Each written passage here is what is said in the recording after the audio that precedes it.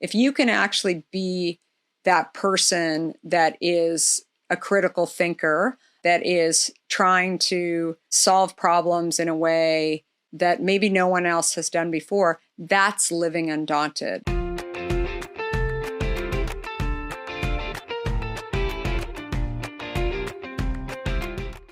So I think as humans, we all have doubts, right? We all, at some point, even the most confident people, maybe they even have more doubts, right? You have fears. I think as you grow older too, and you become successful, you go from manager to director, VP, CEO, whatever, you don't want to take steps back in order, to fail or to potentially fail. Of course, you want to be successful, but you're not willing to take those risks. You're not willing to look stupid, foolish. You're not willing to be a student anymore because, you've grown up in some way. And I think for me, what I like to encourage people to do is to really look at a life instead of being a lifelong learner and just keep putting yourself back into those early beginning stages, because you not only grow, you don't have to go back to school in order to grow, right? You can do that just by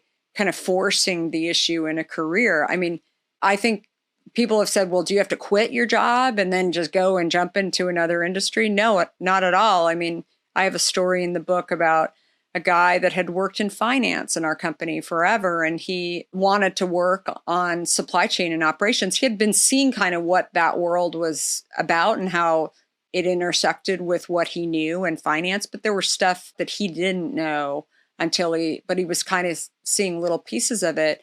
And so again, he went back to being a superstar finance person to all of a sudden jumping in, going to bottling plants and really understanding how trucking companies come into place, how, caps, how those, come into play, and times, and how do you add all those things. Very analytical in many ways, but he didn't have to put himself into a position where he was going back down to the bottom and being a student.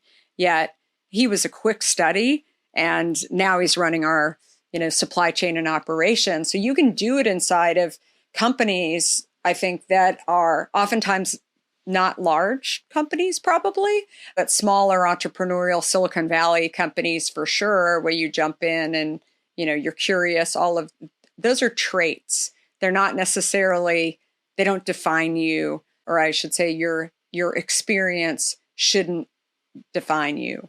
The traits should be the things that are really defining you. Your, curiosity, your ability to get back up again and try again, your ability to look backwards and actually see those challenging times when maybe you felt like, gosh, I'm a failure, I can't get it done. And then you're like, well, I actually did get it done. It went a little bit different way, but here's how I was able to do that. Because if you can actually be that person that is a critical thinker, that is trying to solve problems in a way that maybe no one else has done before, that's living undaunted. And that is not, it's not common for any age, any gender, right? It really is not the way we're comfortable in living. And so I think that there are definitely examples of people who have done it. I think Jeff Bezos is undaunted.